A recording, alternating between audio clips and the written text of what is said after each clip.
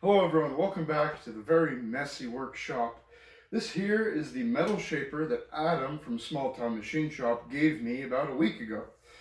Now, I've been doing a little bit of work to this, but for the most part I've been really busy with work. I did get the job at Progressive Machine and I've been there for about 2 weeks now. They've been relatively happy with my work, but I am a bit slow and it has been a bit of a shock to go from this lathe and this mill to working 6 different lathes and a couple different mills, and it's such a different environment, but I've adapted fairly well, I think. And I've spent a little bit of time taking this guy apart and cleaning some of the parts. Now, you might notice, if you have a very keen eye, that there is a belt on here that goes to the lathe. Yes, alright, now I am, just for testing purposes, powering this shaper using a belt on the lathe.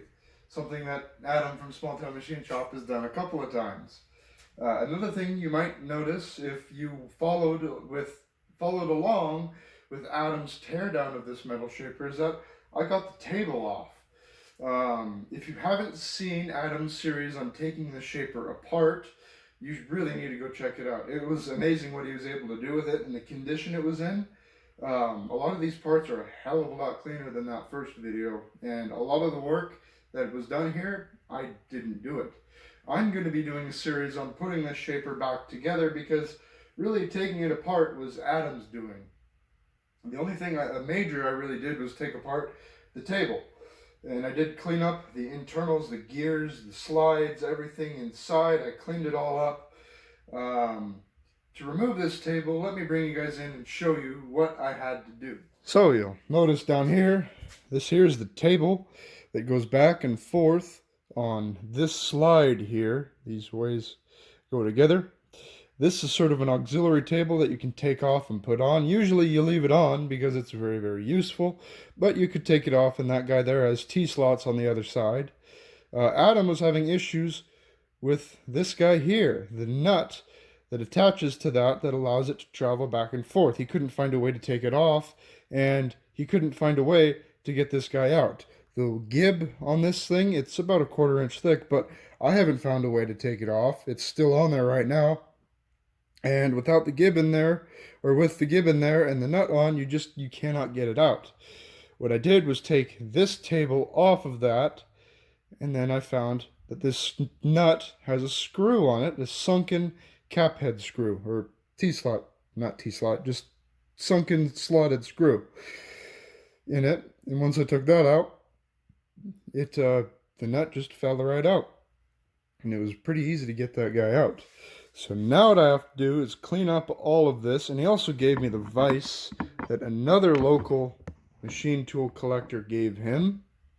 It's kind of like Fireball Tools vise, has various slots in it. You can fairly quickly adjust it to very large work or very small work. It has lots of clamping pressure. I'm probably going to end up remachining that and then using it on the KNT, because I really like this style of vise. It lends itself well to horizontal milling. If you have a very big workpiece, you don't have to sit there with a handle awkwardly on the table, and it's a good vise. So now what I have to do is clean all this up. Now there's really not a lot of moving parts to this metal shaper. There's not a lot of parts in general to this shaper. It's such a simple design. It's so beautifully simple. And everything is in pretty good condition. This table over here does have a lot of chunks taken out of it, and there's some damage, and I'm going to have to be making a lot of new parts for it. But overall, it's definitely worth saving, and it's going to be a fun project. There's a couple of things I want to do to it, and I'm going to talk about that, There's a couple of things that I do want to do to it, but we'll talk about that a little bit later. So, what I've done to it so far, once again, take the table off there that rides up and down. I took the cross slide off. That took a lot of force. There's really no way to get in there and get it off, properly and gently. I just had to use a good amount of force and get the screw out and then kind of tap the rest of it out. I took off the feeds over here.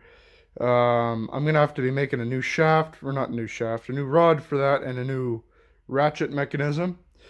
The internals of the shaper, the bowl gear, the pinion, the slide, the adjusting slide that this shaft here attaches to, all of that's in very good condition. I pressure washed it out and I oiled it a bunch, and I determined that I kind of don't need to take it all apart. That's going to be a huge pain to take everything there apart.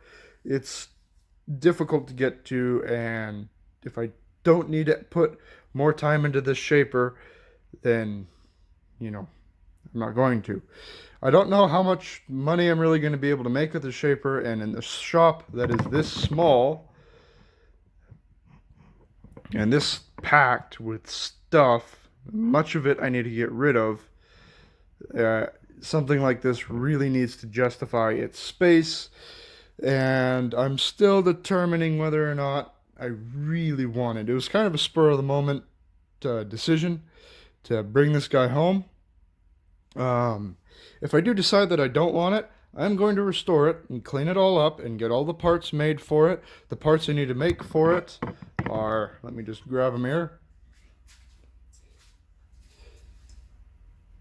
I need to make a new clapper base, a new cross slide that this guy actually attaches to, and also a new lantern tool post. This here, the clapper itself I'm going to keep because it's not broken or anything, but this guy, there's supposed to be a whole chunk of casting up there that's supposed to help you swivel this guy, and it's not there.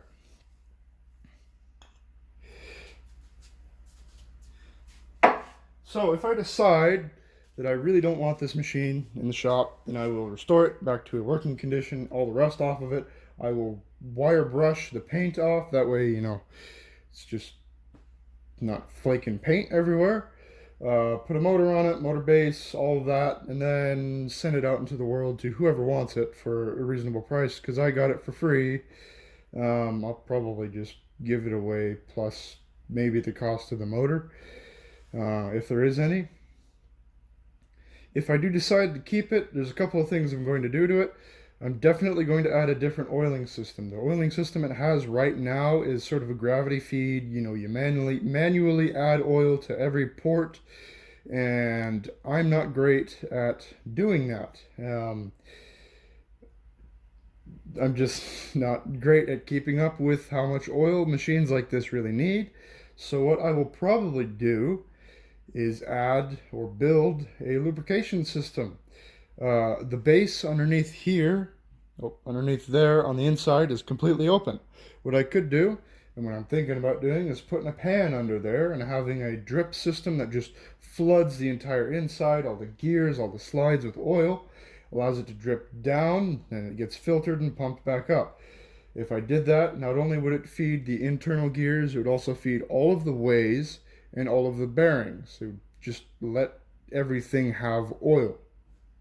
That would drastically increase the life of this machine, and if I got forced lubrication on the ways, then I wouldn't feel too terrible about doing something like grinding on it.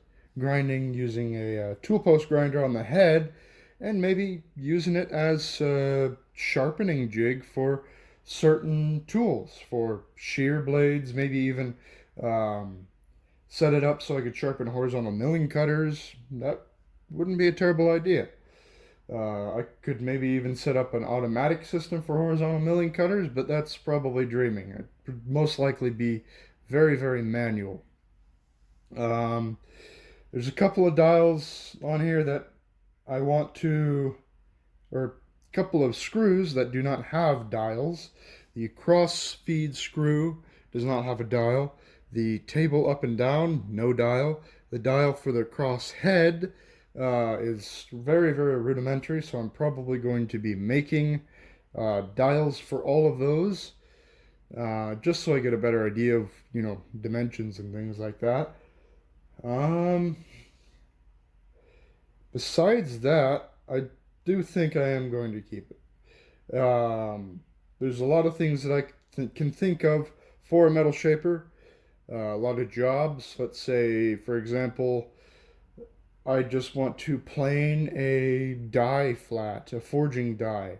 Let's say I have flat dies on the forging press, I'm doing work on them, and they get deformed. I make a mistake, I forge steel too cold, and I want them to be flattened. I can just set them up in the vise really quick, flatten them, and go back to my work. There are shear blades, or not shear blades, but cutting tools with a very high step over rate and a very low depth of cut that you can use on the metal shaper to be able to plane something like a die very, very quickly. That, in many cases, could be faster than the milling machine. If the milling machine is not set up for it, well, then I'd have to change out tools, set up the vise, do this, do that. It might just be easier to throw it on the shaper and then go.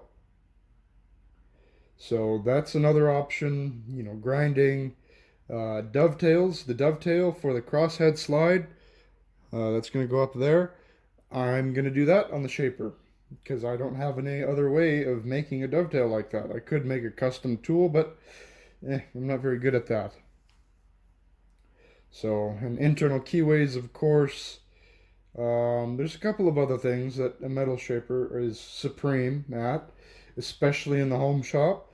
So, I don't know, I'm going to have to think about it, and I'm going to have to use it for a while to really understand how good of a machine this is and how useful it can be in my shop.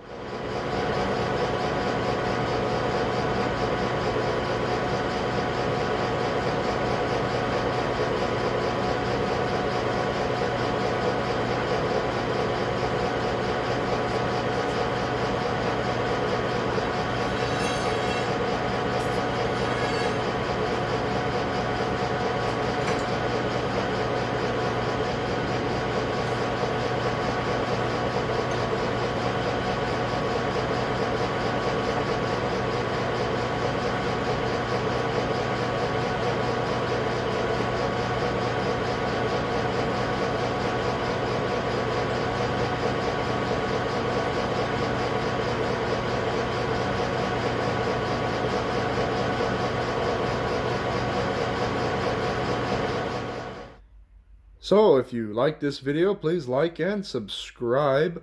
I'm going to be making more videos on this metal shaper along with a couple of other small projects. Also, there's a big machine at work that I might be getting that is related to a lot of the stuff I do here. So stay tuned and thank you for watching. Have a good day.